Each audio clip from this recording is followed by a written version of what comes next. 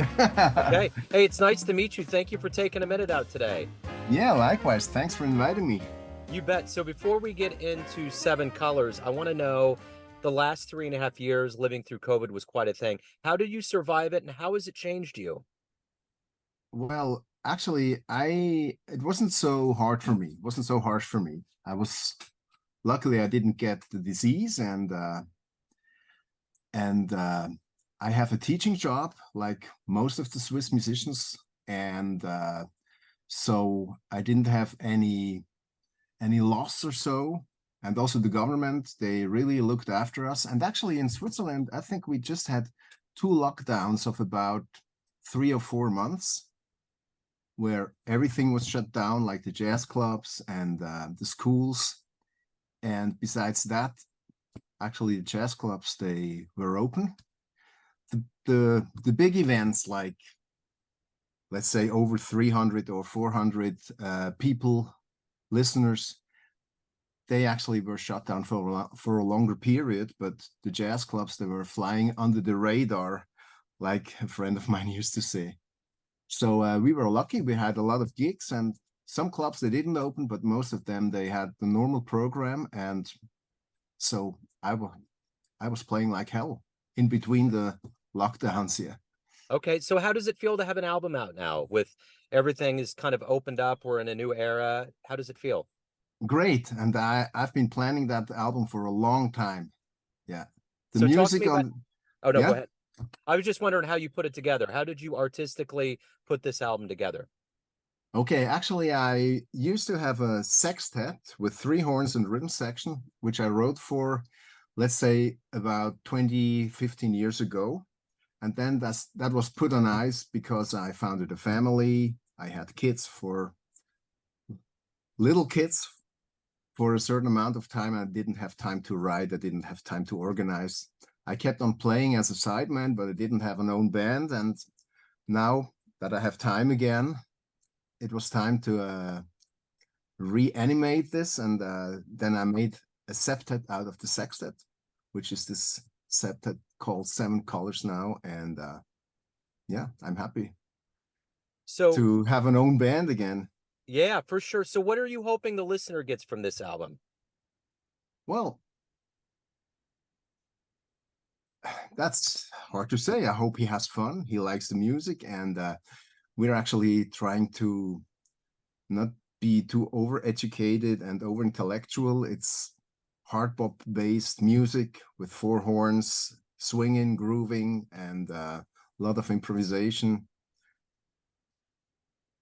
Actually, it should be fun to listen to. Yeah. So you've been at this for a while. You got 13 plus albums, 30 as a sideman. Yeah. How did this journey begin for you? How did you get into the music and the jazz specifically? Okay, I came to jazz relatively late. I started as a drummer. I learned marching drums when I was like 14, 15, 16. And then I bought my first jazz album when I was 18 years old, which is maybe in Europe a normal thing to get in touch with jazz so late. So, and from then on, it was like I fell in love immediately with this kind of music. And funny is that I started off with Dixieland, that attracted me first. And then I went through the whole um, history of jazz. I discovered swing, the big bands, Ellington Basie. Then I discovered bebop, and then I discovered all the modern styles. So yeah, and here I am. Yeah. Yeah. So what was the first live jazz show you saw that really blew you away? Oh, that I couldn't remember. Too long ago. Or what When was I an was important one well, early on? I mean, I listened to the Swiss guys who played hard bop. I remember there were some American musicians hanging around in Switzerland. I remember, for example, one gig with Jimmy Woody, the bass player, who used to live in Switzerland or near Switzerland in Germany, and he played a lot with Swiss musicians. And I went to the Widow Bar. This was like the most famous Swiss jazz club because a lot of American jazz musicians used to play there. I saw their Sweets Edison, Davis, Cedar Walton, guys like that when I was around 20 years old. That really, I won't forget that. I'll never forget these gigs. It's really had a great influence and a great impression on me. And that's the beauty of jazz, is that it's this big circle of teaching and learning. What have you learned from, legends and older musicians that you teach younger musicians that you get around?